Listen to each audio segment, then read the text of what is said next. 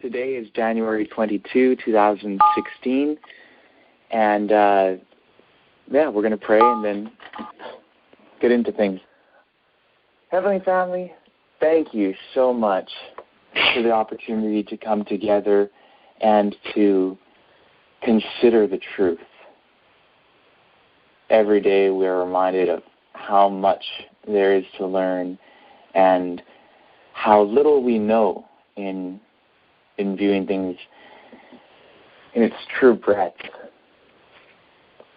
But we know that you seek to bring us into participation with you in the ever-progressive nature of reality. So sanctify us, Heavenly Family. Teach us, educate us, train us in your ways and in your thoughts. Help us to think like you do and to operate according to the principles of truth. Help us to understand the truth of the gospel in as clear a way as possible so that we can share it with others. Show us how to teach like you teach and to love as you love. Sister, please help us in this meeting to cooperate with you in bringing it about to be the best meeting it could possibly be. Yes. Amen. All for your glory, Heavenly Family. Mm-hmm. We ask these things in the name of Branch, he and she. Amen. Amen. I'm thinking we'll probably just approach things in the same way as we have been lately. Obviously, there are many things that our Heavenly Family has given us to study, and we can start with questions, or if someone wants to share something they've been looking at in relation to the points of present truth. Again, the points in particular that we have been focused on: the priestly law in type and antitype, the Dead Sea Scrolls, the Qumran community, and we've been pointed to the literature which contains the mystery of wisdom, or the fountain of wisdom is how it's put in Second Esdras. In other words, there are all these, the quote-unquote hidden writings that we have before us to investigate. And before we get into questions or comments, I do want to just mention how important it is to investigate these things. It's been a while now because of so many other important topics. It's been a while since we have actually studied Leviticus. We went through Leviticus 1 and 2 in quite a lot of detail, and it's been a while since we've studied it. And perhaps one of the reasons for that is that we unfortunately weren't in the place where we could receive the most from it. So our Heavenly Family needed to bring us to other points. But I want to mention that it is an area of study which cannot be just left aside. And if everyone within the movement neglects the study of the priestly law in type, then we may be delaying, to a large extent, potentially, our understanding of it. Delays in revelation of truth sometimes are long delays. For instance, consider 1888 and the rejection of the message of justification by faith, and how that brought about a delay in revelation of truth that could have come. And according to Revelation 14, verses 14 to 16, those truths which could have come in 1888 were delayed past the generation of those who were then alive. It didn't come back until 1955 with the beginning of the branch message, and then even then those truths came progressively. So I want to, I feel an obligation to mention the importance of not leaving these aspects of truth unstudied, basically just to not leave them in a condition where we aren't progressively seeking to understand it, because if we miss out on it, and if we should so refuse the pleadings of the Spirit to perpetuate probationary time even longer, then we may miss out on these truths and the benefits both to ourselves and to the world that would come about as a result of these truths. So please be studying these things if you haven't. And if you do study these things, then certainly there will be questions and aspects of discussion that we will enter into in these calls. And so, when we're saying, okay, well, we're going to have kind of question answer, it's not to say that won't end up being a detailed study of Leviticus, but I'll say that if people are neglecting the study of it, it's a lot smaller of a chance that will happen. Whereas if people are studying it, chances are it will happen. And again, it's not that that's the only aspect, but it's an important one that is easy for people to neglect, though there are other aspects which are just as important for us to consider as well, some of which we just mentioned.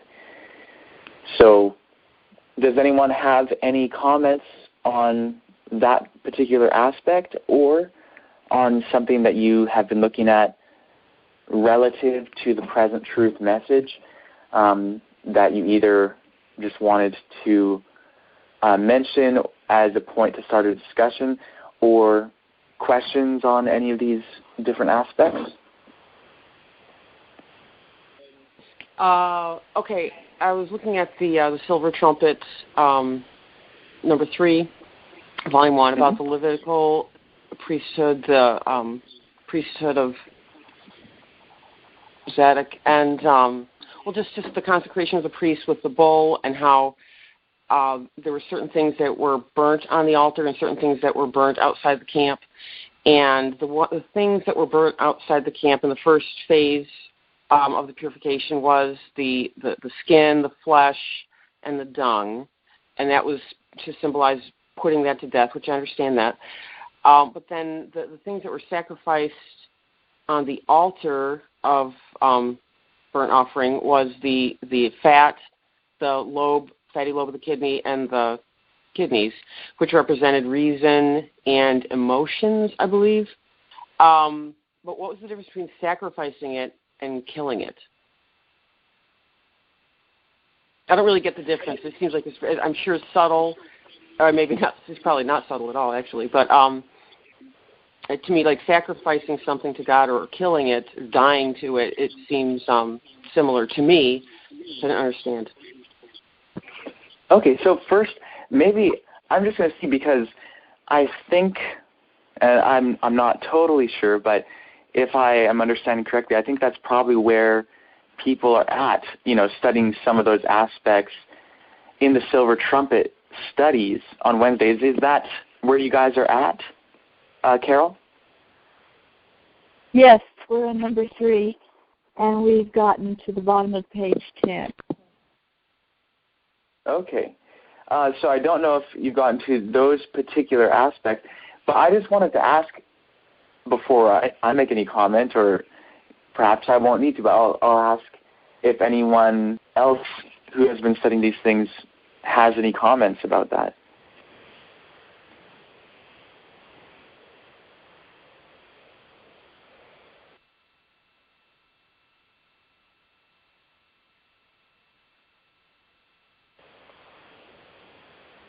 Well, I guess perhaps not. again, if someone does, please just say, I have a comment, and you'll be, permitted to make your comment and all of that. But anyways, so the question about the difference between killing and sacrificing, and I had a brief chance to check this out earlier because you had texted me this question. So I went back and read those couple pages, and what I'm wondering is if perhaps the framework in which the question is asked might not be the most helpful framework in order to understand it in the clearest possible way. In other words, the distinction, and you can correct me if I'm misunderstanding your question, but the distinction isn't so much killing versus sacrificing. The distinction is where the different parts of the animal were burned. So I'll ask you if I'm understanding correctly that what you're wondering is really the distinction between, what is the symbolic significance in the difference between the items or the parts of the animal that were burned on the altar and those parts which were burned outside the camp. Is that kind of where your question is? Yeah, I understand. Like the concept that God would want my reasoning power, and like the fat represents the best part of me, which it was so interesting. That's my emotions, and how God wants to get rid of. It's not even worth presenting to God at all. My flesh, my private interpretation, or whatever the dung represents, or the carnal mind, and then what was the other thing that was out there? Oh, skin, my self-righteousness. I mean, I understand where God wouldn't even has no use for those. So I understand, like, He wants those things, and He doesn't want the other things. I'm assuming that's what that means. But that, I guess, so I'm like, okay, good. I'll do that. But I don't know. Well, I'll try to do that. But I don't know how to kill something versus how to sacrifice something. So how do I give God this and die to that? It seems like I have to die to both. Okay. Like the whole thing is dead. Right. So, and first I'll clarify something. The emotions in particular were represented by the liver. And this, again, it's just how ancient Israelites, and probably more than Israelites to other ancient peoples in the surrounding areas, view the liver as the seat of emotions. The fat is just the best of something. So the best, it's, the fat covering the entrails. The entrails were symbolizing the inner being, including the emotions, including all these different aspects. So it's the best of the quote-unquote inner man, the best of the emotions, the best of all of these different aspects. But then there's some aspects which, the things that you pointed out, let's say skin, dung, this and that, which in and of themselves are wholly unacceptable and cannot be put on the altar within the symbolism of the purification offering. So in other words, it's distinguishing between things which are inherently good but need purification and the things which are inherently bad. So self-righteousness is inherently bad, and there is no purification of our self-righteousness. Our self-righteousness must just be totally cast out. It is an inherently bad thing. Whereas the kidneys, representation of our reasoning capabilities, reasoning and our reasoning capabilities are actually an inherently good thing. That's not a product of sin, whereas self-righteousness is a product of sin. But our reasoning capabilities have been corrupted by sin, and therefore they need purification. Purified by fire is the symbol in the sacrifice. Fire, symbol of the Spirit. And so our reasoning capabilities, and the best of the inner man, the best of the emotions, all of that, those are things which uniquely make us who we are as God-made or God-created individuals. Our individuality is not something which is destroyed or taken away from us. The best of our emotions are not taken away from us. The best of our reasoning capabilities are not taken away from us. They must be purified. But again, these other things are our private interpretations, are the products of the flesh, our self-righteousness. Those different aspects, being inherently wicked, must just be utterly discarded. Is that helpful? Yeah, that helps. So you're saying those things are offered to God, so they still need to go through a similar experience of fire, but that the one is still worth something to God, and the others are not worth anything to God, because ones are just affected by sin, but the others are just sin altogether. No value. Yeah, that's a fair way to put it. Yes. Okay. All right. Yeah. Thank you. I will expand on it a little bit, though, in terms of, in all practical reality, well, how do we go about doing that? And in reality, it is surrendering all to our Heavenly Family. It's not like there's a mechanical thing that we do differently necessarily when it comes to our self-righteousness, let's say, versus something else, in that it's not like we need to be trying to carry out an antitypical ritual upon our self-righteousness and a slightly different antitypical ritual upon our reasoning capabilities. We bring it all, but we need to understand that what happens to those different elements is different. We're not going to lose our reason, but we will lose our self-righteousness.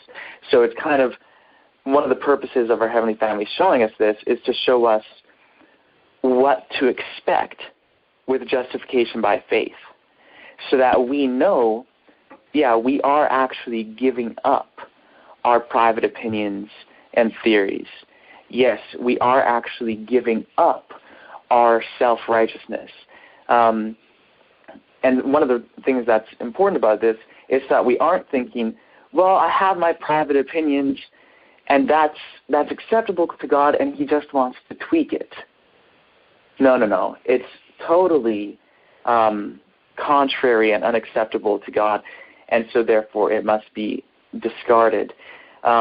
Just to kind of practically put it, it shows us what we are to expect with justification, whereas, of course, reasoning, the kidneys are acceptable in itself, but it needs purification. So it's to show, okay, it's not that individuality and reasoning is to be totally vanquished, but it is to be purified. So in all things, there's a great change, but some things are retained and purified, other things are gone. I know some of that was simply repetition, but there was a few nuances that I wanted to mention because I think it's helpful. The practical lessons from this show us what to expect in justification by faith. So the ones burned outside the camp were the ones that had to be totally done away with. The ones that were put on the altar were the ones that were going to be purified? Yes. Yeah, that clarifies it a lot. That helps a lot. Thank you. Thank you, Heavenly Family. Excellent question, too, by the way. Any other comments on that or questions? That helped me a lot, too, because I didn't really understand what the difference was. Okay, awesome. So you said that they burned it said that they burned the fatty lobe on top of the kidneys? I believe so. I'll have to look that up again. I'll tell you, I have never read the Silver Trumpet other than writing it. So it's been over a year since I went through the details of that ritual. My further point was that on top of the kidneys lies the adrenal glands. And the adrenal glands are basically the center of stress management. So it's kind of interesting that they actually purify the portion of the kidney that actually handles stress, which is almost like saying, fear not, don't worry, to some degree. Okay, interesting. Yeah, it's very specific. When I first came to understand these things, and with the kidneys being singled out, there's obviously a great importance for that symbol. Yeah, if you want me to read it on page 15 real quick, that paragraph. Sure. Okay.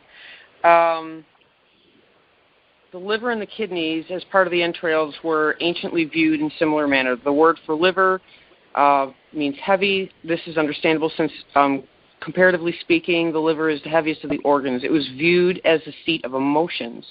And you reference Psalm 16:9 says, "So my heart," but then you say literally, "liver rejoices and I'm happy." That's Psalm 16:9. And footnote 21 says also see Psalms 30:12 and 108:1. Of the kidneys, we are told, "Praise Yahweh who counsels me. Yes, during the night my kidneys instruct me." That's Psalm 16:9. It says, "Therefore, since the reasoning capabilities are that which are able to instruct, admonish, teach, and correct, it is they which are represented by the kidneys, that which was anciently viewed as the seat of reason."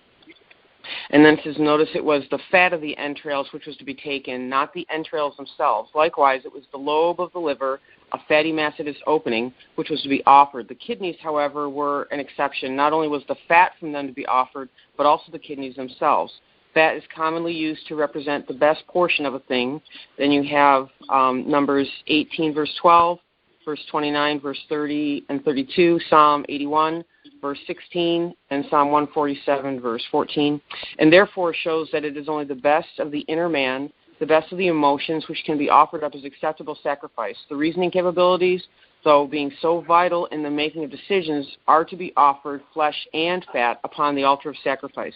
It must be remembered that even though these parts of the animal were able to be offered on the altar, it does not show their antitypical counterparts have any merits themselves. To those who place any merit upon these things, Christ says, "You are fools and blind. Which is greater, the gift or the altar which sanctifies the gift?" And that's Matthew 23:19.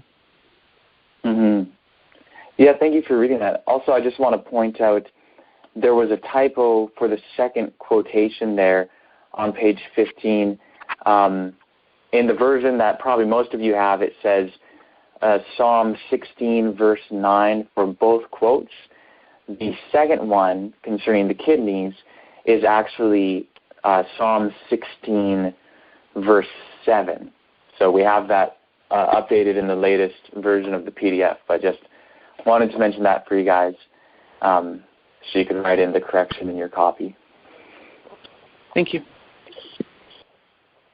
Also, on another note, I just wanted to mention, and most of you have probably already seen it, but in case anyone hasn't, I wanted to mention that a collection of quotes from the Adventist pioneers on materialism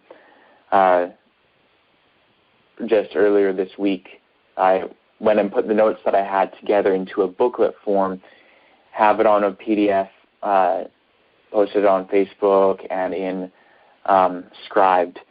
And I believe Rebecca sent out an email to everyone with the PDF. So if you guys want that, it's there, and there's just so much in terms of the content. So anyway, if there are other comments on whether that aspect or continuing on with the ritual law or anything, feel free to mention it, comments or questions. I have a question. Sure. This is probably very elementary, this question. But, okay, so when it's time for, let's say, the children of Israel to sacrifice, let's say, whether it's burnt offering or whatever, is it an individual thing or is the whole congregation involved? Like, I'm trying to picture it when it's time for these things, like at the 3rd hour, 9th hour. Like, where's everybody here? You know, I know the high priest and the priests are all there, and the one sacrificing an offering, right? But is there other, like, the congregation there type thing, or is it just whoever has sinned is there? You know what I'm asking? Oh, yeah. No, that's a good question. And first I'll see if anyone else would like to answer or provide anything that would have the answer.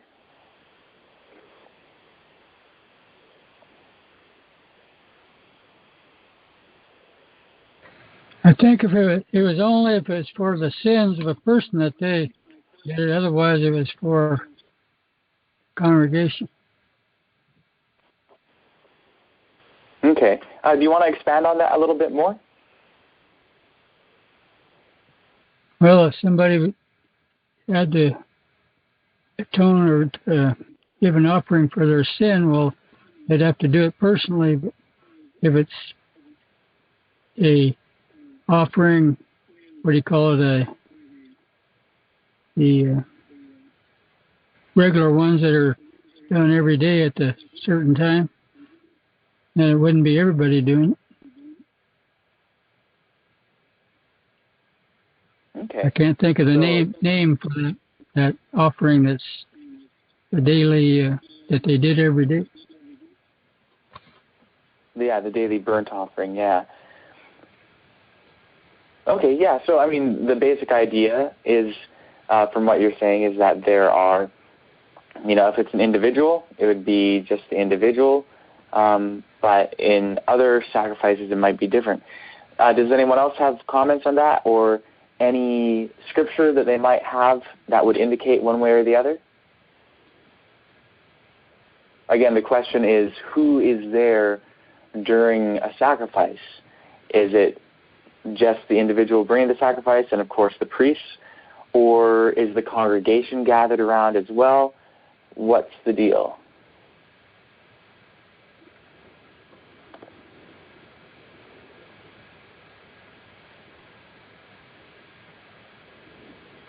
The congregation could be gathered around, but they wouldn't be making an offering. You know, only take one person. Okay. Wouldn't there be way too many people to be participating individually anyway? I mean, that was like a city almost the size of Springfield, Missouri, wasn't it? Well, it really depends on what time we are referring to. Are we thinking of the, you know, in the wilderness, or when there's the house of God at Shiloh, or Jerusalem in the days of David and Solomon, or in the days of Jesus in the Second Temple period? You know, yeah, well, a large period of time. Yeah, I was thinking of the wilderness. I'm sorry. Oh, no problem. I mean, it's fine to think of it in terms of the wilderness. But I just wanted to mention that so that we're aware that, hey, we're talking about a large period of time in which things may have changed. But still, that doesn't necessarily change things in terms of just the question of, well, when there was a sacrifice, would there be a gathering of the congregation, let's say for the daily sacrifice, and what are the different circumstances? So I don't know if anyone else has any comments on that.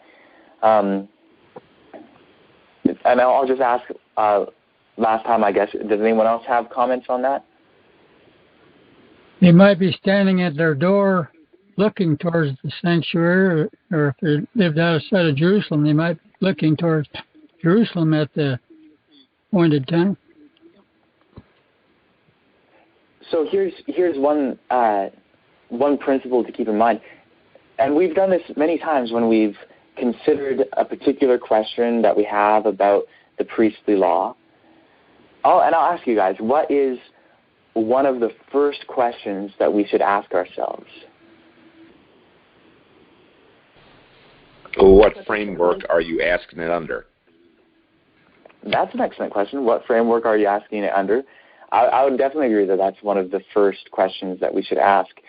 In other words, we need to even understand the question before we can seek a coherent answer. So I would say that perhaps even comes very first. Another question that's really important to ask is, how might we go about finding the answer? Because we could look in the scriptures.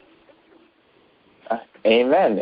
That, we have to go and actually check it out, because we could think, well, maybe they did it like this, or perhaps they did it like that, but ultimately it can't come down to what we think might have happened or perhaps should have happened. It comes down to, well, what evidence do we have concerning what actually happened or what was commanded to happen? And those two things might not be the same. Maybe they were commanded to do one thing and they actually did something else. But those are important questions. So first we have to understand the question. And from what I understand, Anna, you're kind of asking in a broad or general sense, like just generally speaking, what would happen. Is that correct? Yes. Okay, awesome. Yes. Go ahead. I found something in Acts 3 having to do with not what was commanded to happen, but what actually happened. And it says, now Peter and John went up together into the temple at the hour of prayer, being the 9th hour, and a certain man, lame from his mother's womb, was carried, whom they laid daily at the gate of the temple, which is called Beautiful, to ask alms of them that entered into the temple.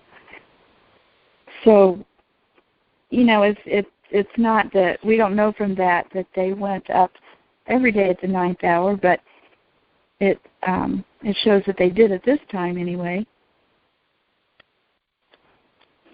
Certainly. So that's an example showing what actually happened. There's another passage, and actually, just to mention, the New Testament, especially the Gospels and Acts,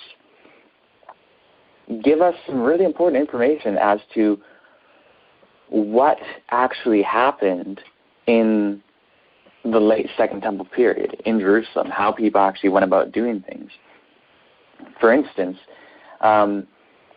Luke chapter 1, verse 10 says, now the whole crowd of people were praying outside at the hour of the incense offering. This is telling the story of Zechariah and meeting the angel and kind of the birth story of John the Baptist. And that event took place, here's Zechariah, he's the priest, he's going in to burn incense, and you have the whole crowd of people praying outside. So that's a description of what actually took place in the Second Temple period, at least. Other than that, I will say that Leviticus does actually prescribe different times when different things would take place. So, for instance, in Leviticus chapter 1 and 2, it's talking about, and I'll extend that to 3 actually, it's talking about different types of offerings, the burnt offerings, the grain offerings, the peace offerings. But it doesn't really, in those chapters, describe offerings in terms of circumstance. It just gives the general regulations, but it doesn't say when to offer a burnt offering, for instance, in Leviticus chapter 1, or in what circumstances a burnt offering is to be offered. It doesn't actually specify any of that. You don't really find that sort of thing until Leviticus chapter 4, when it comes to the sin offerings. And then when you read that, you read of, okay, well, sin offering regulations gives you some basic things. Then it says, well, if the high priest sins, or if the whole congregation sins. And what you find is that if the high priest sins, he's supposed to go and take a bull and do all these different things. Well, in Leviticus 4, verses 13 and 14, it talks about what is to take place if the whole congregation sins. So I'll read those two verses from the NET. If the whole congregation of Israel sins unintentionally, or in Hebrew, sins by straying, and the matter is not noticed by the assembly, and they violate one of the Lord's commandments, which must not be violated, so they become guilty, the assembly must present a young bull for a sin offering when the sin they have committed becomes known. So there you have a time where it's actually commanded that the whole assembly would gather for the sacrifice. But there isn't a command for that in other instances. So the daily burnt offering, for instance, well, was there actually a whole gathering? Well, there may have been people gathering to pray, as we find in later records, though that's not necessarily prescribed by the law. But there's no command that I'm aware of for the daily sacrifices or sacrifices in general for everyone to gather. However, there were specific instances when it was specifically commanded. Any other comments or questions on that? Say, for example, you're in the wilderness for multiple years and you're murmuring every single day. And basically out of a multitude of 100,000 people, for example, there's 10,000 that are sinning daily. The temple would be a pretty busy place. And basically it would be constantly, offering, say, how many people could they possibly process per day? Right. Yeah. We're talking, it would be days. For 10,000 people, it would be days and days and days and days. Yeah, so that's why, when you look at an instance like this, it talks about if the whole congregation sins. So you have and basically the way it works too is that if you have the whole congregation sin, or even individuals in the congregation sin, and other people kind of go along with it, then they're guilty of the sin too, and it's the whole congregation bears the responsibility for it. And then there is sacrifice that's done. It's no longer viewed as merely an individual thing. And so you end up having, as is described here in Leviticus 4, the whole congregation falls into sin, in this case unknowingly, and they then have to have a sacrifice, but it's a corporate sacrifice where the animal will, instead of being representative of the individual, the animal will be representative of the congregation. Because otherwise it just simply couldn't be done, of course. Are we given an example of, are there any places in Leviticus where it talks about when the whole congregation sinned? Like an example of what did they do as a congregation? Yeah, in Leviticus 4, starting with verse 13, it specifies that exact situation. If the whole congregation of Israel strays unintentionally, and the matter is not noticed by the assembly, and they violate one of the Lord's commandments, which must not be violated, so they become guilty, the assembly must present a young bull for a sin offering when the sin they have committed becomes known. And then it goes on to say more, but I think Trent wants to say something. Well, yeah, I was just going to say how that's giving the prescription of the law, though it's not an instance of that happening, not necessarily an example of, then the children of Israel sinned, and they were all guilty, and they had to do this. It's prescribing it in the law, but in Leviticus, there's not many stories that are told. There's basically the story of Nadab and Abihu, and it doesn't really give other stories beyond that. It's just basically laws and regulations. So I guess basically I may have misunderstood your question, Mom, to be what was supposed to have been done, which that's explained in Leviticus 4, starting in verse 13, to be, I thought maybe that's what you were asking rather than what is an example of a situation where it actually was done. And I'm not aware of an example. Mm-hmm. Yeah, I'm not aware of a specific example either, although there may be one. And who knows, maybe someone here knows it. And if you do, please feel free to mention it. Well, I don't, but I was thinking about the Sabbath, and there were quite a few animals that had to be offered on the Sabbath. And because we know that people gathered together to worship on the Sabbath, I'm wondering if they gathered at the time of the sacrifice. I wouldn't know, especially since if you read Exodus, the Sabbath gatherings are usually viewed as home gatherings, gathering in the home rather than, let's say, at the temple or the tabernacle in this instance. So I'm not sure one way or the other. That's why the command is not to leave your house on the Sabbath? Mm-hmm. Yeah. Perhaps for those living near the tabernacle, it was a different situation, or later in the Jerusalem temple, those who were there, I don't know if they would do it differently than another day of the week, because, again, you have each day the appointed hours. A lot of times out in the wilderness, the people weren't repentant. They weren't thinking about coming to ask forgiveness. True, and often also the sins which were committed were intentional, overt sins, and there was no sacrifice. That wasn't the remedy for their sins. It was judgment.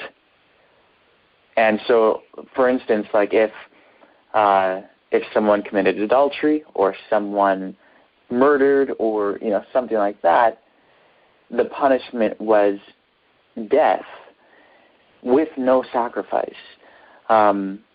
If, on the other hand, let's say someone stole something, they would have to restore and then go beyond that in what they provided. So it was often not actually sacrifice that was the restoration, except, let's say, someone was unable to restore, or if they trespassed against the holy things.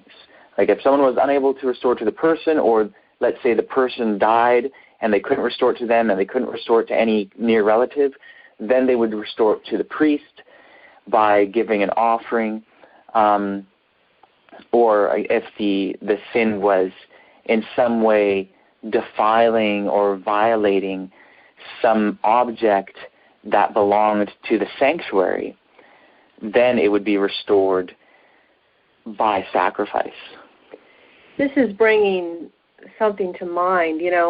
We so often just completely overlook the fact that you just brought out, that for certain sins, for intentional or known premeditated sins, the remedy wasn't to bring a sacrifice. That you couldn't go sin and do all the things you wanted to do in rebellion and da-da-da, and then, okay, well, now because I've done that, the remedy is I bring this animal and kill it. That wasn't even done. So the whole system of sacrifices was only for unintentional or unknown sin that you become aware of. So when we're thinking about, the funny thing is, like, I've known this now for a little while, not a real long time, just however weeks or months it's been, but I keep forgetting it because that's, my mind hasn't kind of retrained in that area yet. I think I might remember it now because I feel like I could feel the key turning. Right. Something definitely clicked. So imagining this sacrificial system and picturing, this huge nation of people, and, well, they're all sinning every day or almost every day maybe or whatever. And, man, how could it be that this tabernacle area could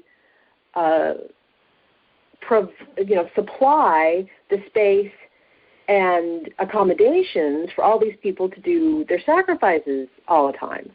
And so, yeah, there are going to be times when the whole community sins, but only if it's unintentional will there even be a sacrifice, and then it'll just be one. Mm-hmm. And so all these other things, all the other sins, the known sins, the intentional sin, that was being dealt with judiciously, which is one reason why Moses was told by his father-in-law, you've got to appoint people under you because you cannot do all this by yourself. You're going to kill yourself. You need to appoint people under you to judge, and then people under them and people under them. That way everyone can kind of report up the chain in an orderly fashion, and if there's anything that can't be decided, then it comes to you. But you only deal with the things that can't be decided and dealt with by someone else, And that's really what was happening more so than anything, potentially. I mean, I wasn't there, so I don't know. But that was definitely happening a lot. Oh, yeah, and in practical reality, I mean, there were probably, the majority of sins taking place, moral violations, probably were not dealt with. And, what I mean by that is that, okay, someone lied, let's say. How are you even going to know? Yeah, how are you going to know? So they lied, and if they, felt guilty about it, they probably confessed it to God. Well, that's kind of touching on what Leroy said earlier. Not everybody probably repented and, brought a sacrifice and that sort of thing. But sure, and it's not even like if someone lied, it's not even commanded. Exactly. While you lied, you need to bring a sacrifice now. So they're supposed to repent. But it's kind of like, yeah, they, for the most part, sins probably went on either unnoticed, other than in by the person individually, or by those who were closely dealing with them. Or sometimes, let's say there's a violation that would be punishable in some way by means of the appointed judges. Well, even then it's a process. If you don't have witnesses to it, then you can't go through with it. There's not, the punishment cannot be executed. So, yeah, it was a different circumstance from how we often imagine it, for sure. So then basically there was a civil, there was a more serious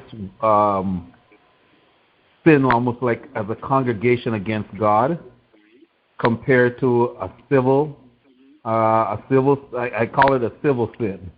In other words, something that requires a judicial system, as Trace had said in regards to Jethro and telling Moses how to handle these things.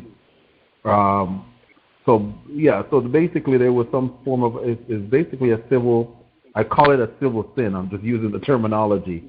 A sin that required a judicial system, a civil judicial system, rather than everybody run into the congregation, run into the sanctuary to make sacrifice. Mm-hmm. Yeah, and I mean, again, it's kind of like the sins which were most abhorrent to God. There was no sacrifice. The only way to deal with it was death.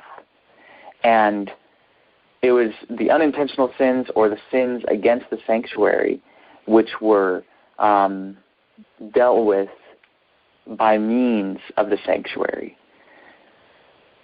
So, yeah, it's an incredible thing. Now, keep in mind, I know some people might be thinking, well, does that mean that if I've sinned overtly or intentionally, that means that there's no remedy?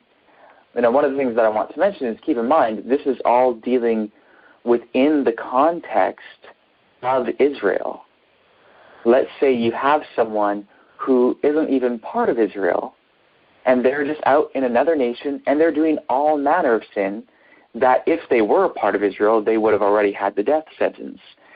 But they're just out in their own nation, and then they decide that, Yahweh is the true God. I want to worship Yahweh. I want to be a part of Israel, so I want to join Israel.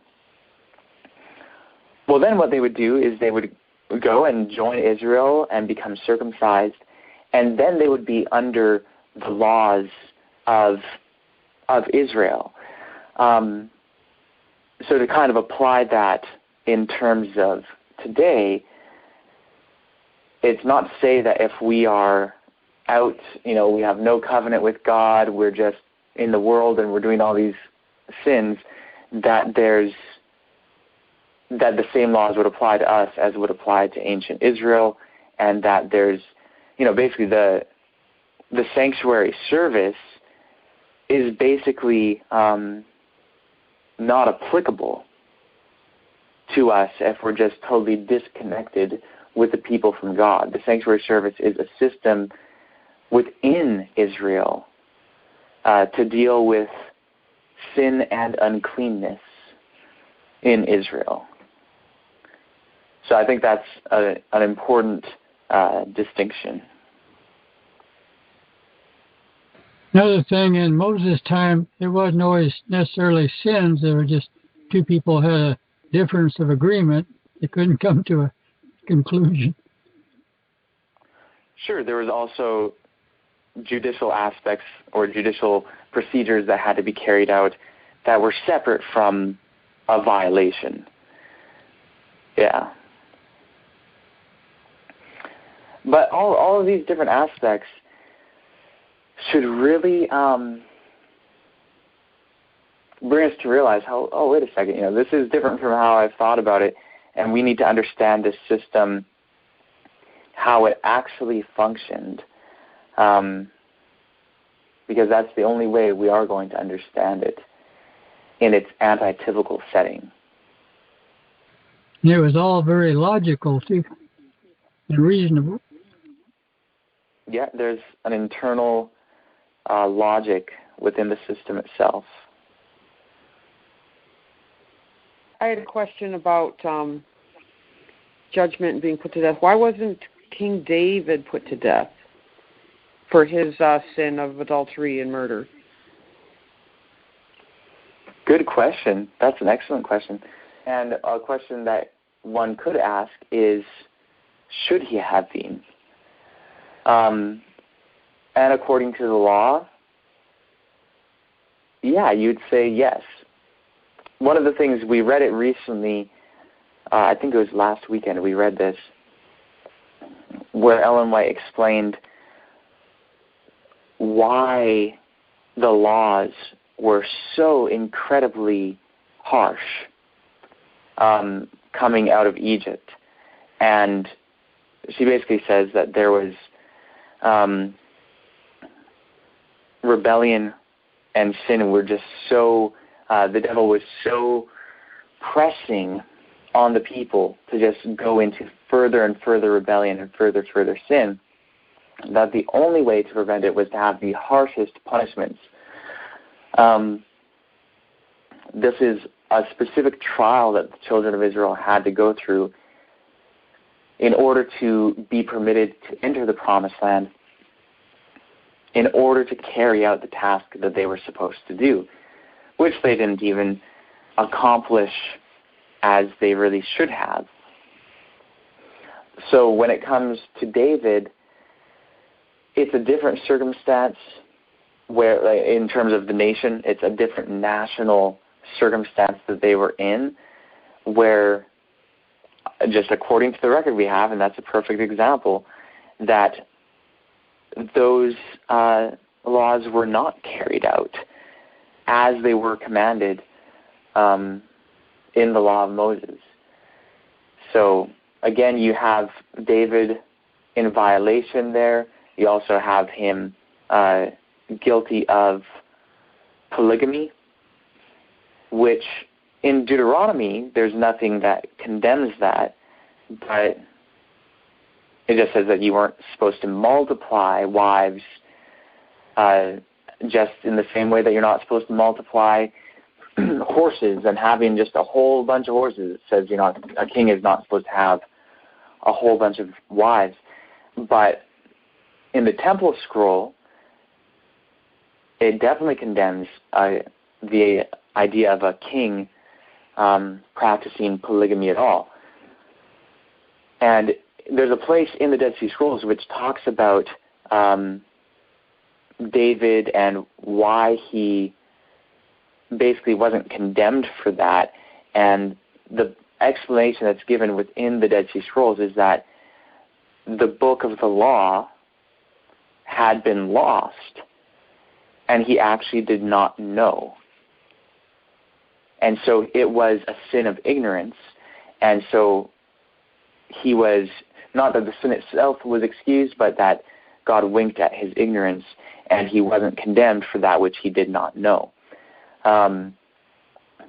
Now, we do have record of the book of the law being lost multiple times, so I don't know if that was the case with other circumstances, but I just wanted to mention that for the broader scenario with David and the time of David, how, generally speaking, at that time, certain things were not being carried out as they were in the wilderness period. Some of it may have been due to some of the laws being lost, and some of it may have simply been due to a lack of organization of the nation, and they didn't have people that were actually carrying it out. So, yeah, I don't know what more to say on that. Actually, when you said that about David not knowing, I was sitting there thinking about it.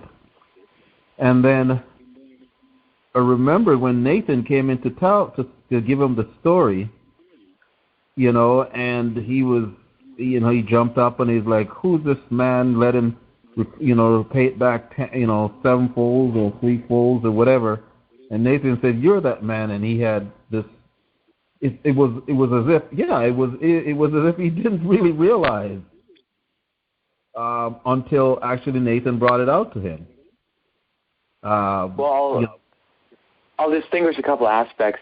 The aspect which, according to that space in the Dead Sea Scrolls that he was unaware of, was the aspect of polygamy, which was so common it would have been easy for people in the ancient world not to think of that as wrong. However, I will say that he knew it was wrong to kill Uriah and to take his wife.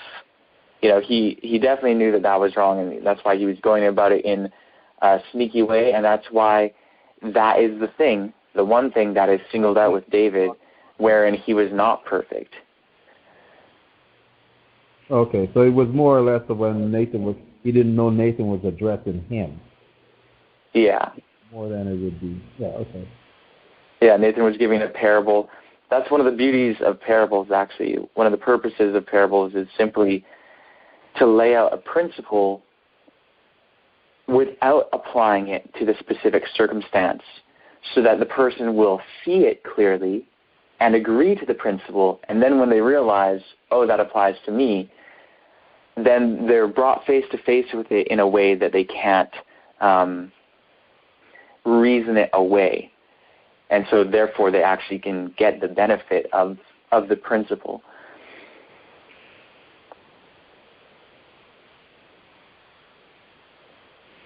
Any other comments or questions?